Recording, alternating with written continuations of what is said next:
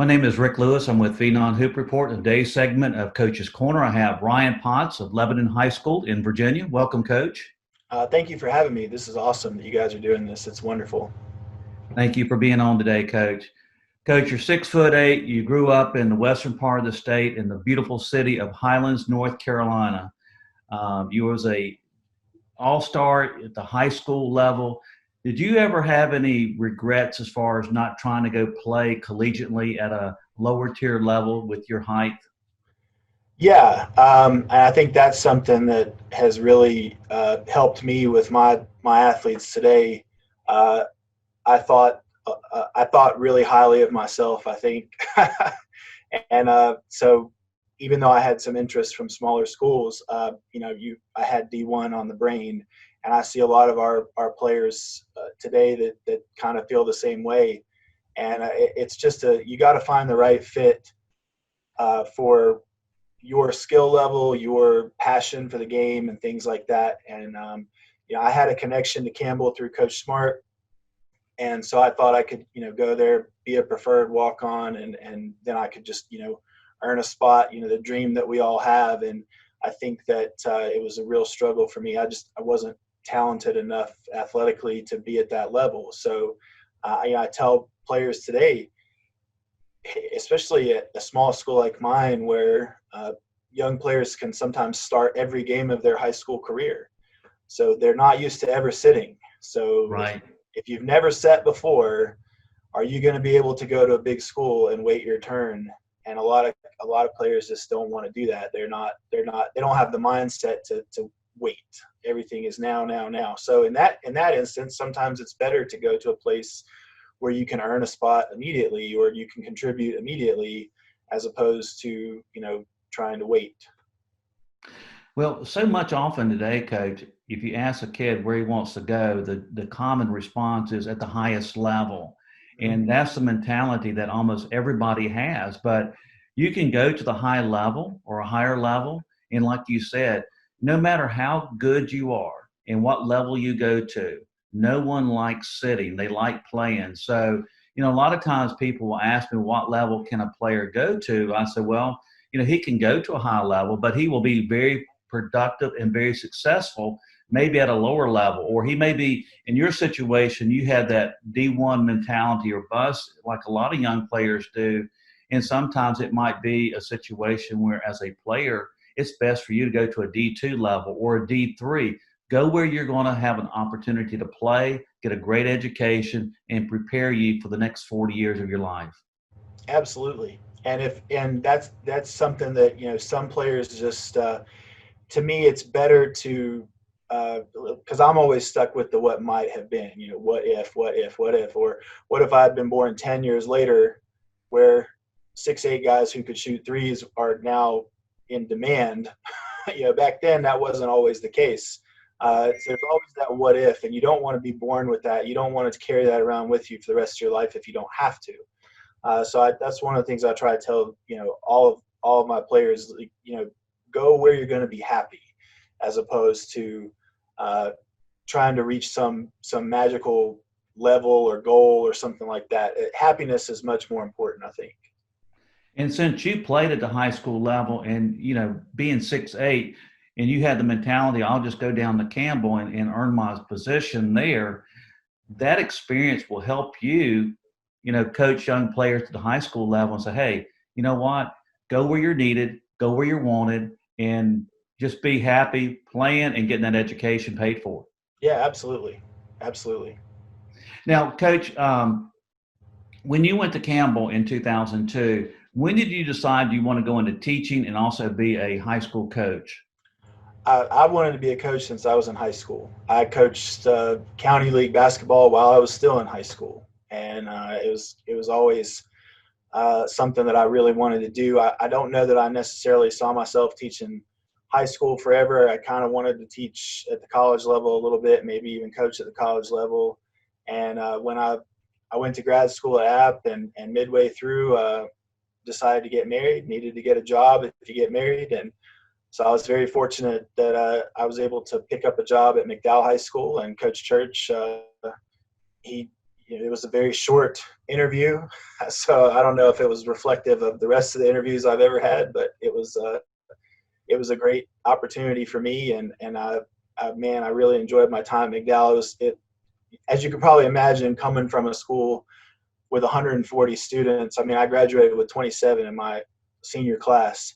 To go to a school with 1,600 students like McDowell, 4A school, it was a big difference, an eye-opening difference for sure.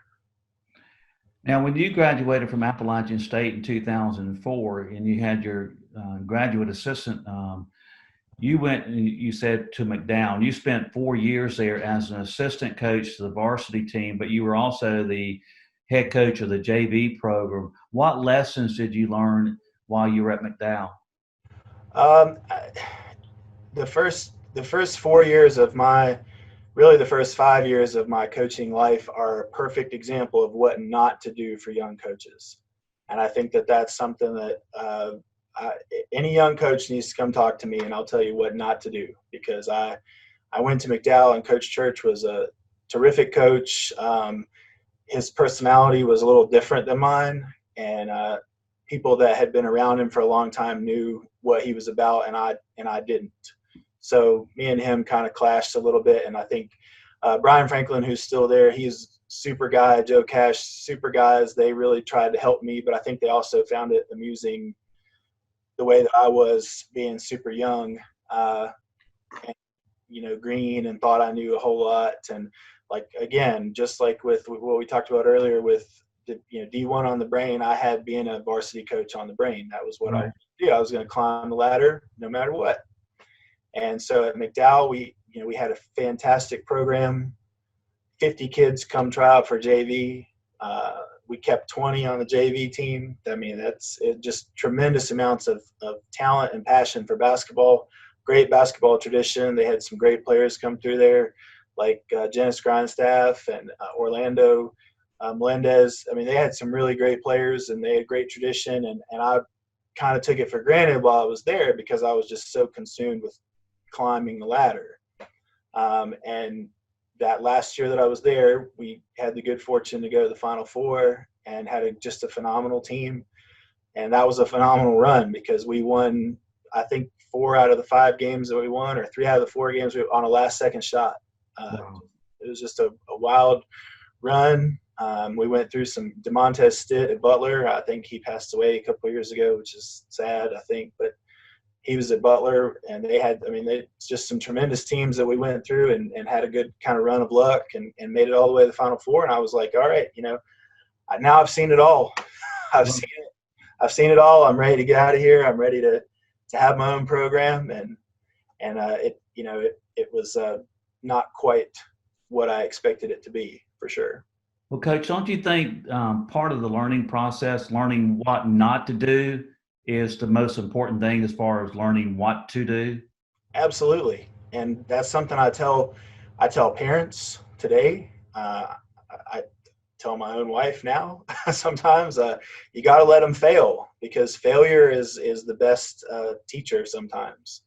And so failure for me was a big learning experience, because you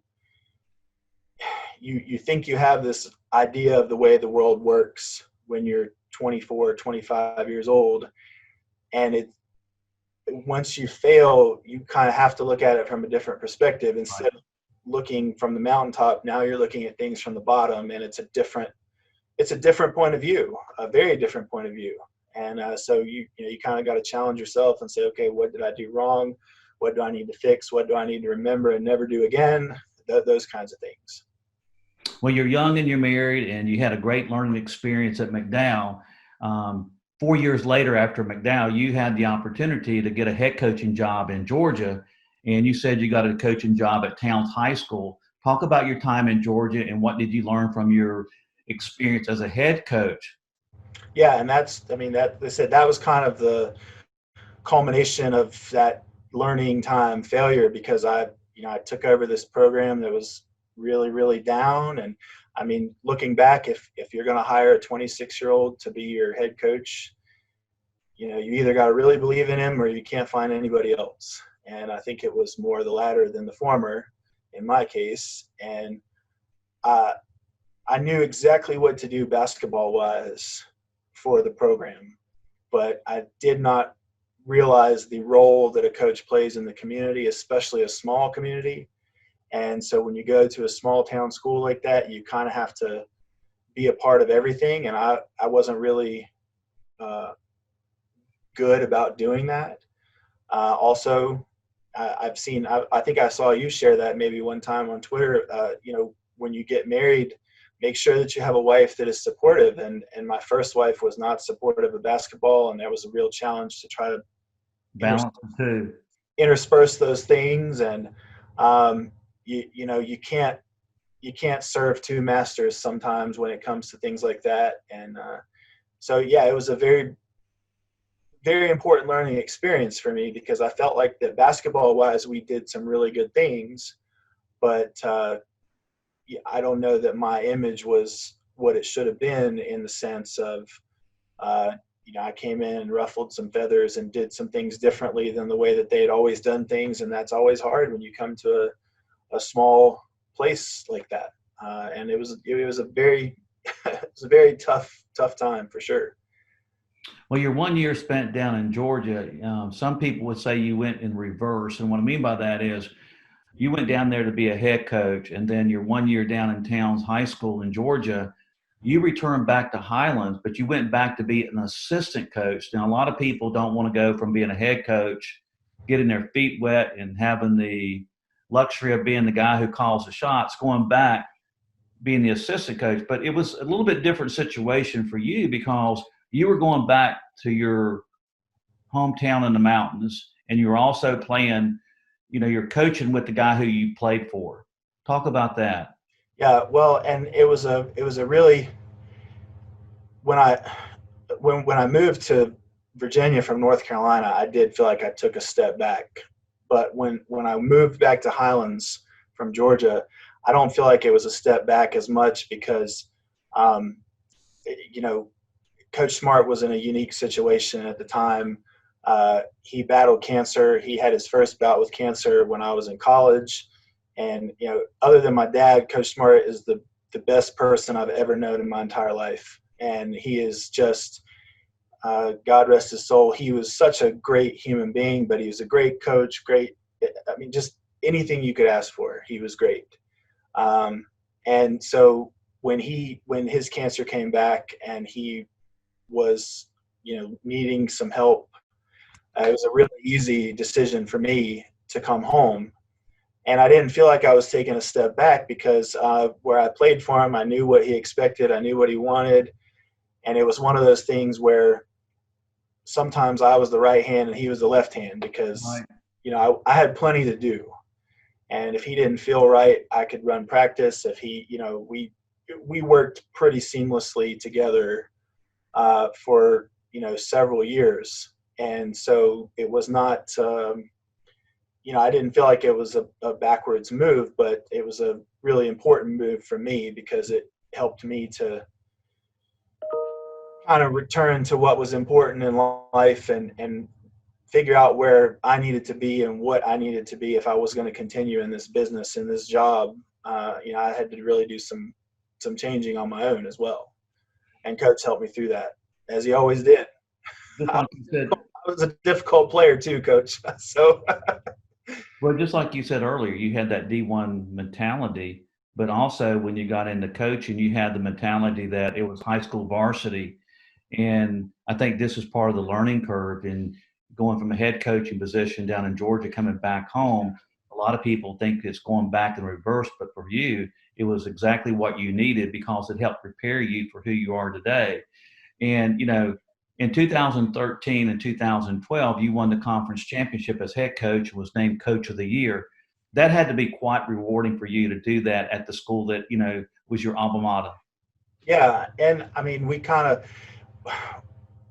Highlands is a very unique school. It's a very unique area. And it's a K-12 school. So I think there's only 4 of them in North Carolina, public K-12 at this point. And so growing up, basketball was always a tradition here, but they never won at the level that they've been winning now.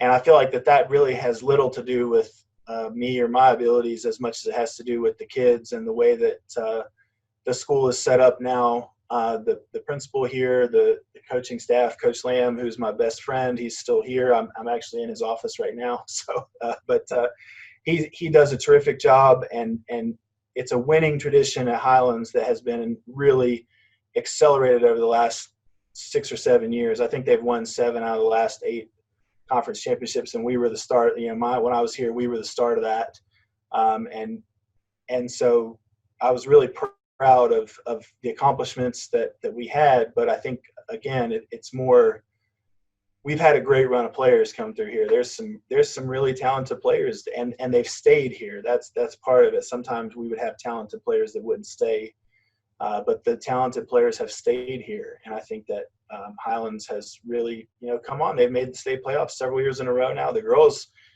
had a great finish this year. They almost went to the region finals, so they had a great season too. So they've done a great job, and I'm proud that I was a part of to start that. And I think a lot of that is just, it's not really me, it's Coach Smart, because he was here, and Brett Lamb worked with him, and I played for him, and so it's all of his ways of doing things have sort of just, how that works. You have a coaching tree, and those things filter down, and so I tell people all the time, I'm not very good, but Coach Smart was really good and Coach Church was really good, and I learned from them. So I know I got to do a few things right sometimes. Right. They taught me what to do. Well, the coaching business is a very fluid industry. You have to move around to get where you want to be sometime. In your situation, you were at Highlands. It could have been a dream job for you because that's where you played. But then again, you had a situation come up where you left Highlands to go to Lebanon, Virginia, and become an assistant coach. What went into the thought process of moving to Lebanon, Virginia? Well, you're right. It was my dream job, and I would still be here, hopefully, God willing. But my wife, my second wife, she wonderful woman, very supportive, but she had the opportunity to take over her father's business. And sometimes when things like that happen, you kind of have to do what's best for your family. And in this case, that was the best thing for our family, was to move and let her do that, because it was a tremendous opportunity. And so, of course, my mindset was, okay, I'm going to be a head coach. I'm going to go find a head coaching job in Virginia. And I was very fortunate that Ryan Hooker at Lebanon, the principal, he had a position as an assistant coach, and Lebanon was loaded with talent at the time. And I thought it would be a great opportunity for me to step in and help and be a part of a winning program. I thought that, that was one of those things where try to learn your lesson from before, try not to be as ambitious as you were before. And Lebanon was loaded at the time. So I thought it'd be a great opportunity to be a part of a winner, and then maybe, put that into play later on if I wanted to become a head coach again. And, unfortunately we had some great teams, and we had some great success in the regular season.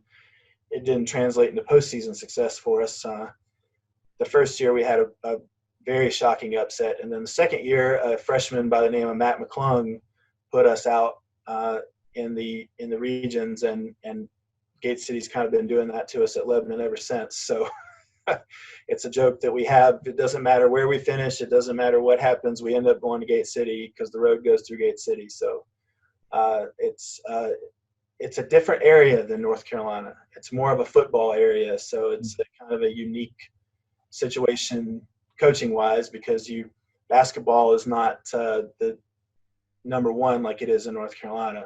So it's a transition for sure. You spent 5 years as an assistant coach in Lebanon, and last season you were named head coach. Talk about some of the challenges and struggles you faced as a young coach. I think that it's a unique job when you're at a small county school, because we have a different set of challenges that maybe coaches at larger schools or at prep schools or at charter schools, we don't have the same.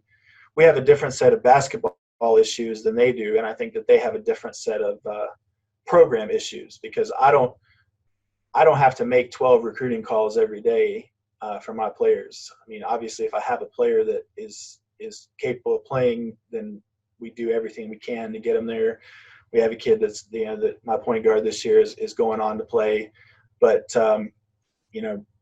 it's all my kids aren't doing that, and so we don't have those kind of things that we have to put on our plate. But at the same time, I don't always have 10 guys that can dribble, pass, shoot, play, be really good athletically.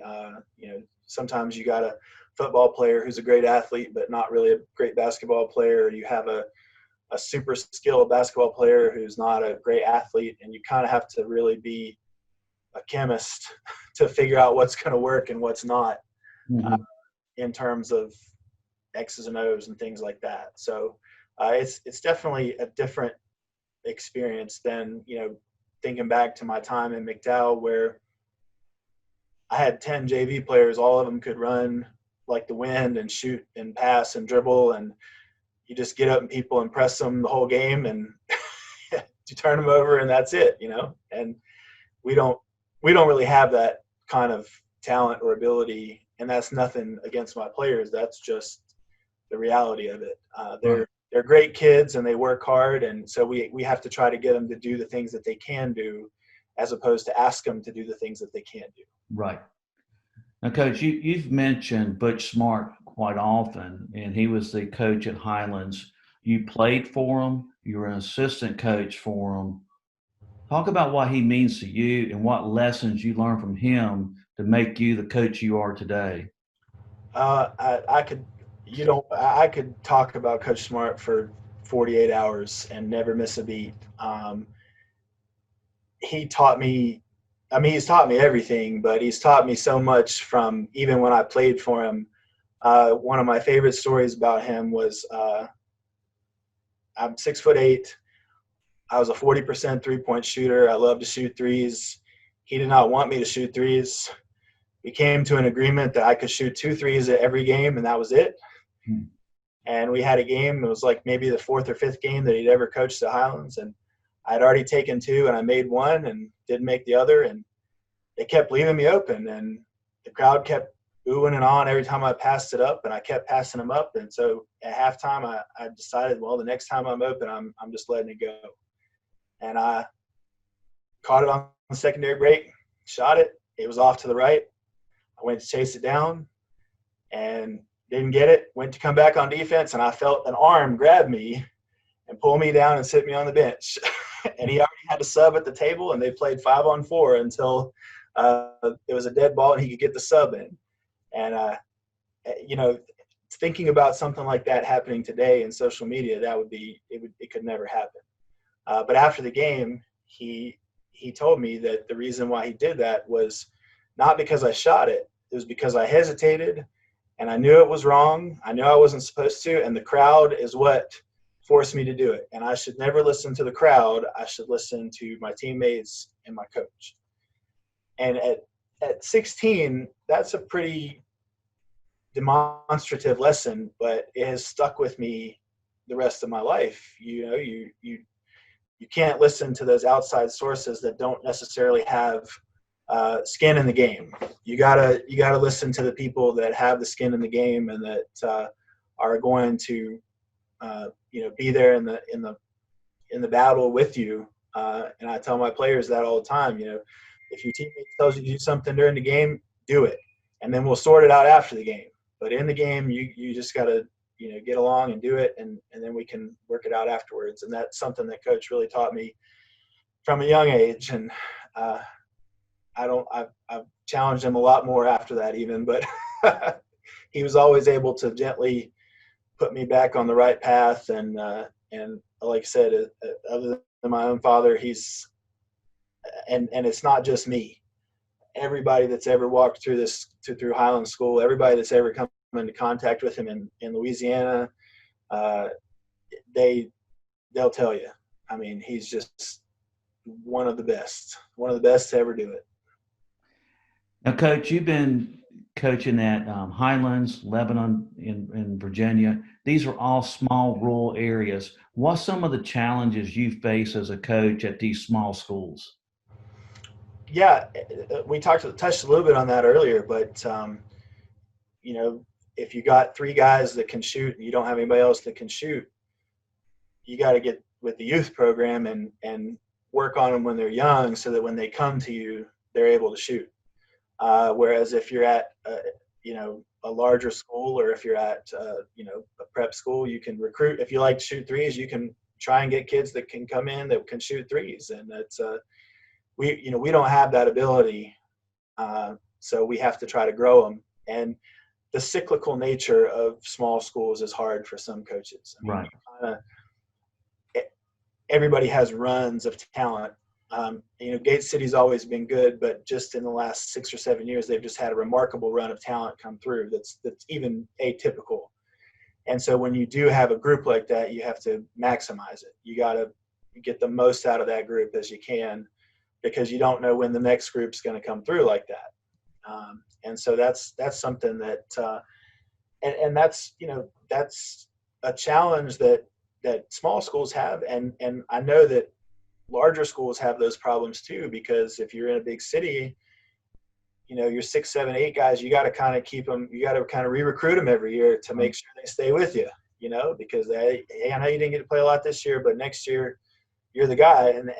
And that's something that we don't always have to do. We kind of know, like, I know what I lost from last year's team. I know what I have coming back, and I can plan. And you can't always do that if you're at a, you know, prep school or things like that. You got to work to keep your players. And so that's a benefit to being at a small school. And the community is such an important thing for us. When you talk to your kids, you try to emphasize tradition, because that's something that we can sell. I mean, as coaches, we're all salesmen at heart. We have to sell our vision of a program. We have to sell, you know, to our players, this is what we think is right. This is the way we need to play to be successful. You should play hard, not for me, but for these reasons. And I think that that's something that you got to find what works for you. And if you're at a very large school that can build a brand new gym, and you sell those things, yeah, why wouldn't you? If you're at a school like Lebanon, you sell tradition. You sell, hey, we can put a banner. Look at this banner from 1991 where they won the state championship. Look at this picture in the foyer. It's still there, and it'll be there forever. That's what we have to try to sell, is things like that. You know, that's going to be there forever.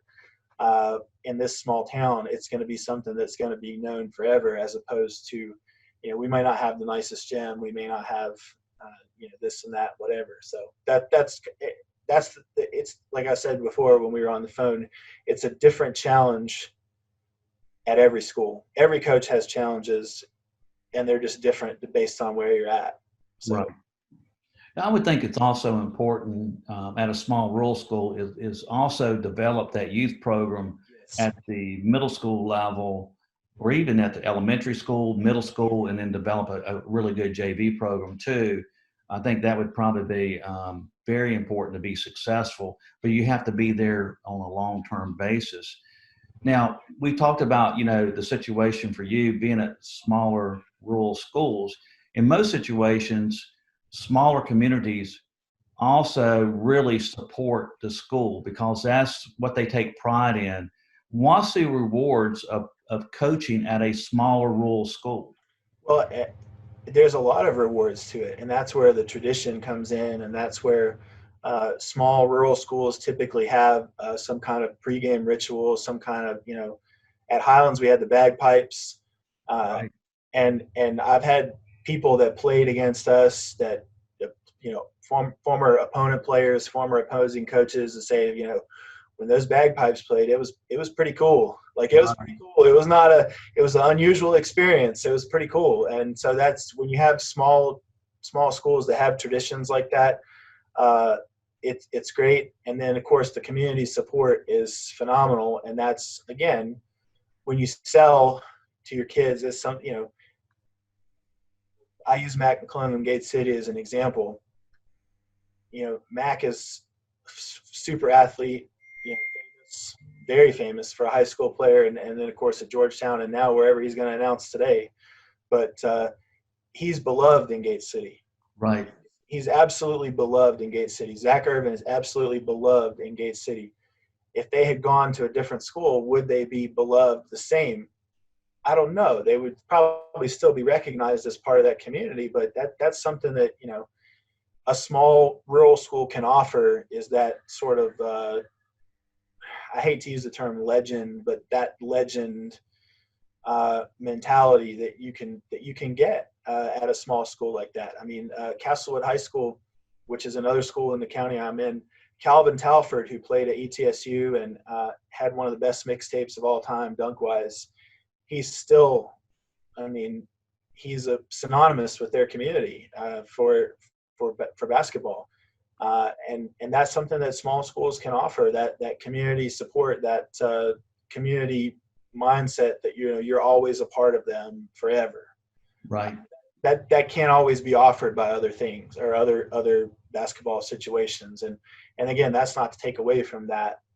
They have other pros that they can sell. They have other positives that they can sell. And so for us, that's what we have to sell at a smaller school is, you can be a part of something great.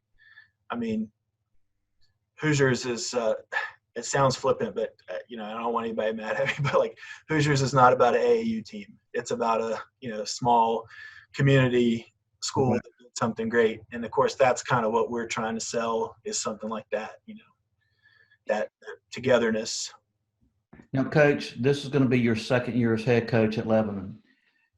What is the legacy that you want to leave behind on the players that play for you as a head coach?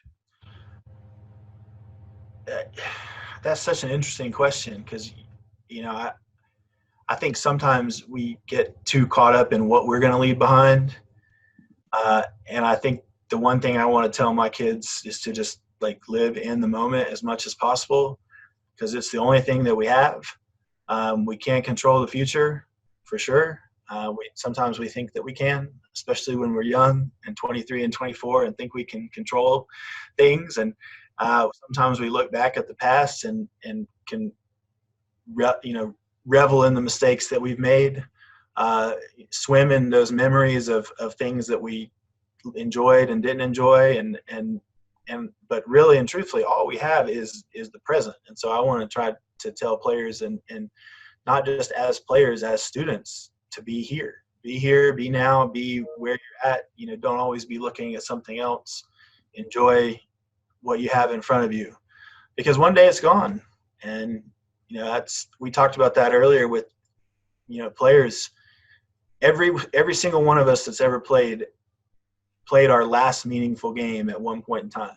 Right. Sometimes we didn't know that we were playing in our last meaningful game, and sometimes we did, and sometimes and so, it's going to come for everybody. So make sure that you play every game like it's your last meaningful game, because you just don't know.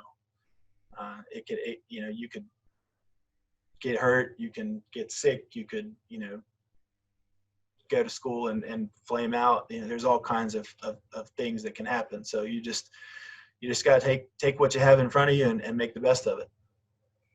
Well, my tweet that I have pinned on my social media page is basically that ball's going to stop bouncing one day, and you have to get an education that's going to last you for the 40 years of your life after you finish high school or college. But the one thing, Coach, that I've gotten from you more than anything else today is how comfortable you are within your own skin. Like, for example, you grew up in a small mountain town of Highlands. It's a small community. You said you had a graduating class of 26, 27. It was small, and you embellish that. Where a lot of young players want to play at the highest level, and and the same thing translates over to a coach. A lot of times coaches want to coach at the biggest school, the school that has the most, students or has the most tradition.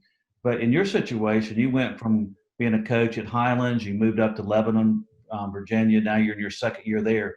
But you like and you enjoy embellish the role of being a coach of a small rural school where the community gets behind the school and you're leaving an impact on the players at that level, which is just as important as a coach who's coaching at a 5A level with, say, 4,000 students. Well, and that was the thing that Coach Smart really impressed upon us more than anything else. Like, he could pull out his phone and call people that he coached 26, 27 years ago, and he still had a relationship with them. And when he passed away at his funeral, there were people there people from all over, college referees, basketball Hall of Famers, Leon Barmore, who's in the Hall of Fame, the people that he had come into contact with and made an impression on and stayed connected. And sometimes connection's a funny thing. A lot of our kids think of connection as constant connection, like calling, texting, and it's not that. Staying connected is you know what the other person is doing. I mean, I graduated with 27 kids, and I can tell you what 25 out of those 27 are doing right now with their life, like where they live, what their job is, and that's something that I can do with my players. Like, anybody that's ever played for me, I try to keep up with them, just, and not in a sense of I text them every day or even text them every year, but you just kind of have an idea of what they're doing, and they know that you can be there at a phone call if they need you. And that's something that I think Coach, there was never a point in time that any of us needed him that he wasn't there. And that's something that is I think it's important at a small school to have that. Right. And that's what kind of makes it different or unique compared to some of these other situations. Well, Coach, we want to say thank you for coming on Coach's Corner today, sharing your journey and a little bit of your history. And it's enjoyable to see the path that you've taken. And, a lot of people will look at it and say, hey, he made some odd choices along the way, going from a head coach to an assistant coach. But you know what? Like I said before, you were comfortable within your skin and you're comfortable being who you are. And I think that's the most impressive thing that our viewers will get from this is, people like yourself are needed at the small rural area just as it is at the big city schools. And we just want to say thank you and wish you good luck this coming season. If there's anything that we can do at Phenom Hoop Report to help you and your program, don't hesitate to call or ask. Thank you very much for having me, and it's great what you guys are doing. And I think that it's great even for small schools, because there's good players at small schools too. And Absolutely. And organizations like yours help those players get noticed and get some focus and things like that. And I probably wish that you guys were around a little longer ago when I was younger. So, but it's great what you guys do, and I thank you very much for this. These are really fun to watch. Thank you. Just like you said, for you, it's all about relationships. The relationships you built with your players. For us, it's about relationships too. The relationship we build with coaches such as yourself. So, thank you so much, Coach. Thank you.